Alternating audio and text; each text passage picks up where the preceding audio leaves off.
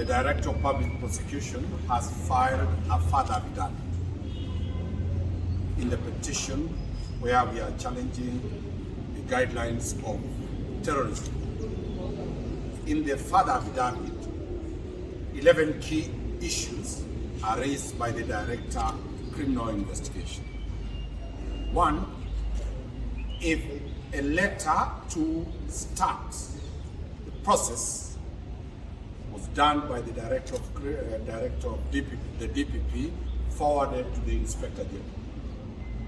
The Inspector General wrote to the Director of Criminal Investigation, George Kinoti, to appoint officers and send them for that action.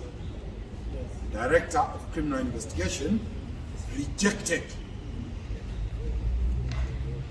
He has annexed a copy of the letter where he declined, because that is a mandate of ATPU.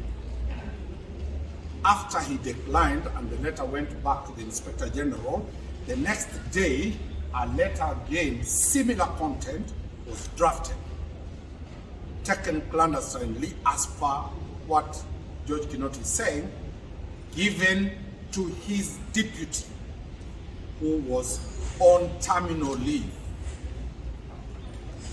behind the back of the Director of Criminal Investigation.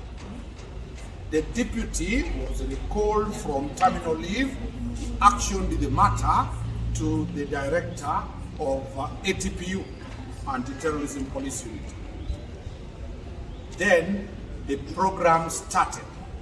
The Director of the DCI knew after he declined, no movement is moving on. The process started, an invitation was done. In the schedule of the thematic areas that are supposed to be discussed, nowhere is the question about guidelines is provided as a subject that is supposed to be discussed. What the members attended and did was to describe the job description and the mandates of their respective agencies. They stayed for 4 days in Russia, and the guidelines came to be born. In the abstract and in the affidavit of Nurdin Haji, he says there were 3 police officers from the office of the DCI.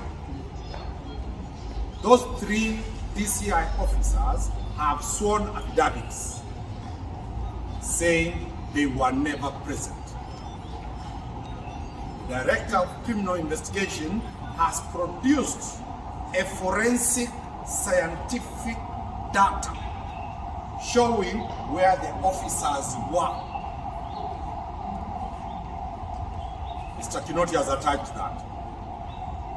Therefore, it is a clear question of forgery of signatures by the Director of Criminal Investigation by saying there were 3 DCI officers who appended their signatures who were not present. 4, the Director of Criminal Investigation has gone further to the hotels where the meetings were conducted and checked the hotel bookings, checked the attendance register, and completely found out that it was a forgery claiming that his department was there. The Director of Criminal Investigation Officer, George Kinoti, has gone further to locate the whereabouts of all these people who signed and whether their signatures were valid, because the telephone numbers are there. The data coming out that is forensic is that the document presented before the court are a forgery. The Director of Criminal Investigation has gone further to produce evidence that the principals who were there were not sufficiently represented. The document that was done by a consultant. The Director of Criminal Investigation has gone and investigated the qualification of a consultant.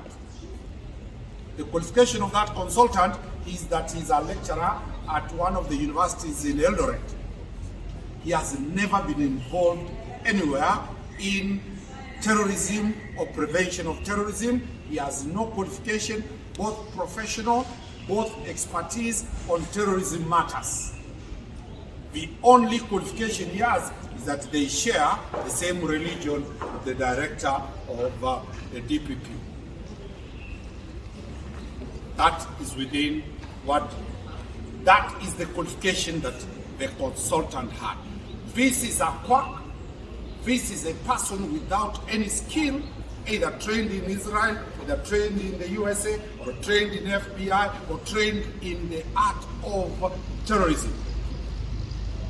The Director of Criminal Investigation in his affidavit has dug the funding.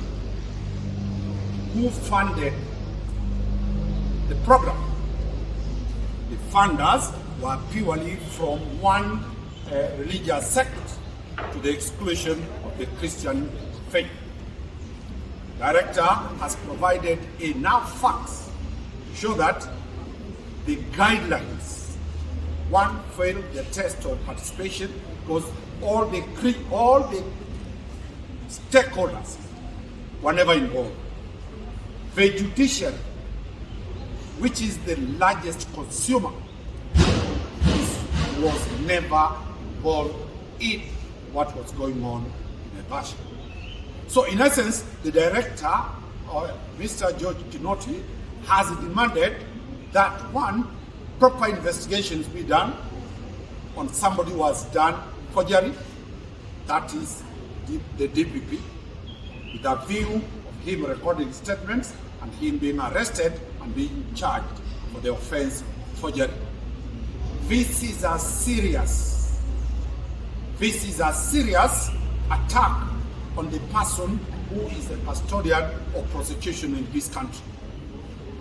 If he can forge, then he's arresting people and charging them for forgery.